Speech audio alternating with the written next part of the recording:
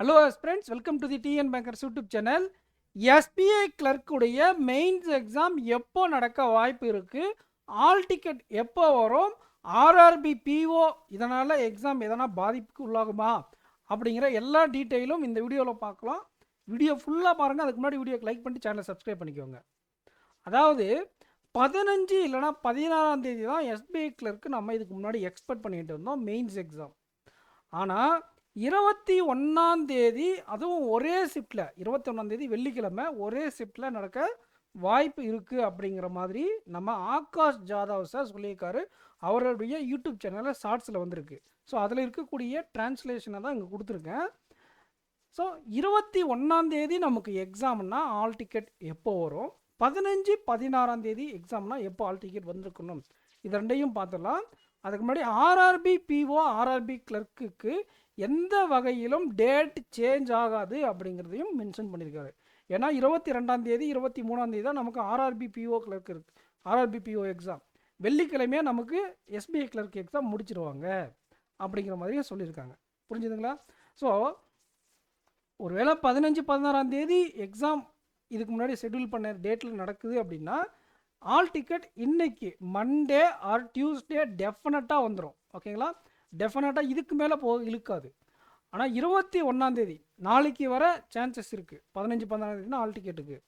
ஆனால் 21ஆம் தேதி எக்ஸாம் அப்படின்னா இன்னையிலேருந்து டுடேலேருந்து சாட்டர்டே வர அப் டு சாட்டர்டே வர உங்களுக்கு ஆல் டிக்கெட் ரிலீஸ் ஆகாமல் இருக்க நிறைய சான்சஸ் இருக்குது.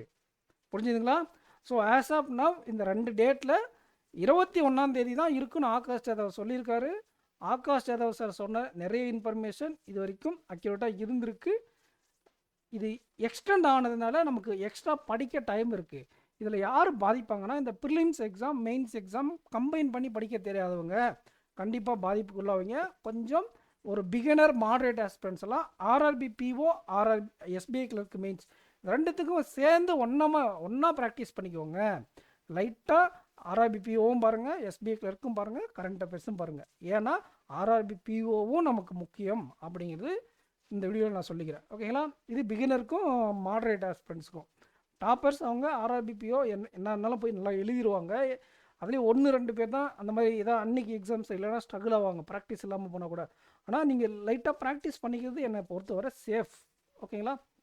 ஒரு வேளை 21ஆம் தேதி தான் இவர் சொன்ன மாதிரி 21ஆம் தேதி தான் எக்ஸாம் வருது அப்படின்னா நம்ம இன்றைக்கி exam IBPS clerk SBI clerk mains எழுதுறோன்னா நாளைக்கு ஆர்ஆர்பி பிஓ இல்லை நாளைக்கு ஆர்ஆர்பி பிஓ எழுதுற மாதிரி இருக்கும். ரெண்டுத்துக்கும் ஒன்றா சேர்ந்த மாதிரி படிங்க. எக்ஸ்ட்ரா போயிருக்கிறதுனால நெகட்டிவ்லாம் கிடையாது, நமக்கு பாசிட்டிவ் தான். நமக்கு படிக்க நிறைய நேரம் இருக்கும். நிறைய நேரம் எடுத்து இன்னும் ஒரு 5 நாள் எக்ஸ்டெண்ட் பண்ணி கொடுத்துருக்காங்க அப்படிங்கிற மாதிரி தான் சொல்ல முடியும். ஆனால் 16ஆம் தேதியும் சாட்டர்டே 16ஆம் தேதி morning and evening 2 slot book ஆகிருக்கிற மாதிரியும் நம்ம கேள்விப்பட்டோம். வெயிட் பண்ணுங்கள். ஆல் டிக்கெட் நாளைக்கு ஈவினிங் வர சான்சஸ் இருக்குது. 15ஆம் தேதி 16ஆம் தேதி எக்ஸாம்னா ஆல் டிக்கெட் வர. அதுக்கு மேலே போயிடுச்சுன்னா கன்ஃபார்ம் பண்ணிக்கலாம் 21ஆம் தேதி எக்ஸாம். எப்போ எக்ஸாம் வந்தாலும் நம்ம எழுத ரெடியாக இருக்கணும். வீடியோ கண்டிப்பாக எந்த வீடியோ போட்டாலும் ஃபுல்லாக பாருங்கள். அப்போ தான் ஏதாச்சும் என்ன இன்டர்பிரேஷன் நான் சொல்ல வரேன்றது உங்களுக்கு புரியும். சேனலை சப்ஸ்கிரைப் பண்ணிக்கோங்க, வீடியோக்கு லைக் பண்ணிக்கோங்க, உங்கள் ஃப்ரெண்ட்ஸுக்கு ஷேர் பண்ணுங்கள். ஃப்ரெண்ட்ஸ் நெக்ஸ்ட் வீடியோவில் மீட் பண்ணலாம். தேங்க்யூ.